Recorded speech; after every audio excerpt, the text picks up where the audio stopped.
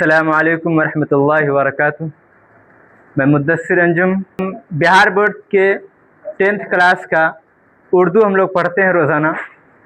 آج ہمارا یہ 5واں چیپٹر ہے، 5واں کلاس ہے جس کو ہم پڑھنے جا رہے ہیں۔ آپ ہمارا یہ ویڈیو دیکھ لیں، اس سے باہر ممتحن کچھ نہیں پوچھنے والا ہے۔ ہمارا ویڈیو دیکھ لیں گے اگر نگار عظیم والا تو اس سے باہر ممتحن کچھ بھی نہیں پوچھے گا۔ جو بھی کوشچن اس سے پوچھے گا اسی پوائنٹ سے پوچھے گا۔ تو آئیے اسٹارٹ کرتے ہیں ہم کلاس کو۔ سب سے پہلے پڑھیں گے نگار عظیم کے بارے میں۔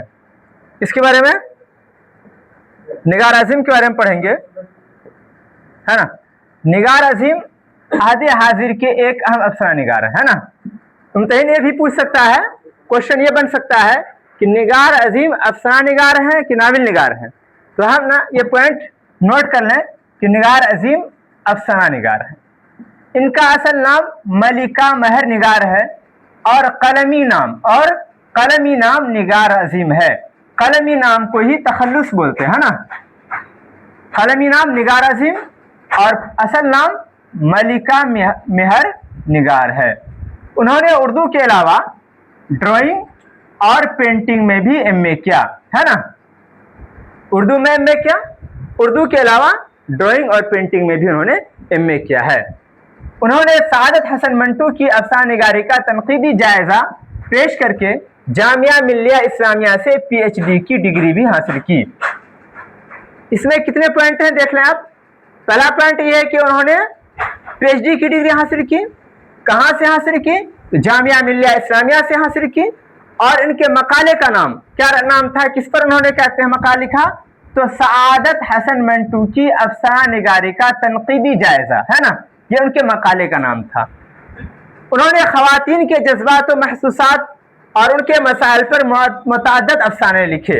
انہوں نے جو افسانے لکھے ان میں جو مضامین تھے ان میں خواتین کے جذبات اور محسوسات کے مسائل کو انہوں نے اپنی افسانے میں جگہ دی ہے، اس کو ابھارا ہے۔ جبر و استحصال اور موجودہ معاشرے کی انسانیت سوز صورتحال پر انہوں نے نہایت اثر انگیز افسانے لکھے، ہے نا۔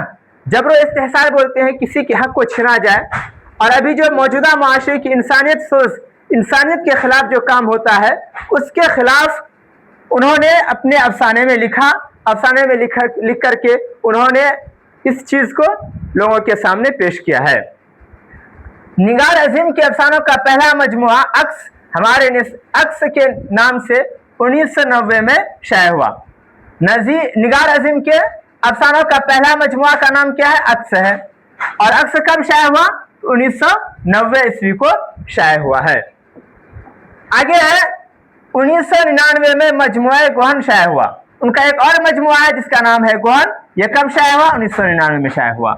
عکس 1990 میں اور گوہن 1999 میں شائع ہوا ہے۔ افسانہ کے علاوہ انہوں نے سفر نامے اور تنقید کے میدان میں بھی نمایاں کام کیے ہیں، ہے نا۔ ایسا نہیں کہ انہوں نے صرف افسانہ لکھا، تنقید اور سفر نامے بھی انہوں نے لکھے ہیں۔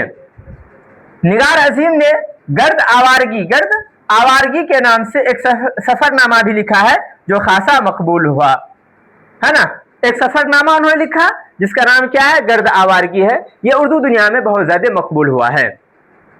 نگار عظیم کا افسانہ آشیانہ ہمارے نصاب میں شامل ہے۔ اگر یہ پوچھ لے کہ نگار عظیم کا کون سا افسانہ آپ کے نصاب میں شامل ہے تو ہم کہیں گے کہ ان کا افسانہ آشیانہ ہمارے نصاب میں شامل ہے۔ اب تھوڑا سا ہم لوگ جان لیں گے آشیانہ کے بارے میں، ہے نا۔ آشیانہ کے بارے میں تھوڑا سا ہم لوگ جان لیتے ہیں اس آشیانہ افسانہ میں کیا چیزیں ہیں۔ در افسانہ آشیانہ میں برکت علی صدیقی اور اس کی بیگم زرینہ، نام یاد رکھیں گے، ہے نا۔ برکت علی صدیقی اور زرینہ۔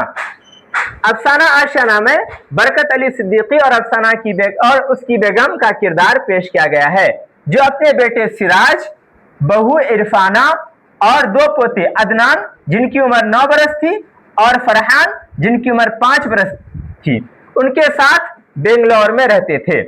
لیکن رفتہ رفتہ اچھے تعلقات میں دراڑ پیدا ہونے لگی، کھچاؤ پیدا ہونے لگی، ہے نا، تعلقات بگڑنے لگے۔ افسانہ نگار نے اکتاہٹ سے پیدا ہونے والی خانگی انتشار کو کرداروں کی نفسیات کی روشنی میں بڑی خوبصورتی کے ساتھ پیدا کیا ہے۔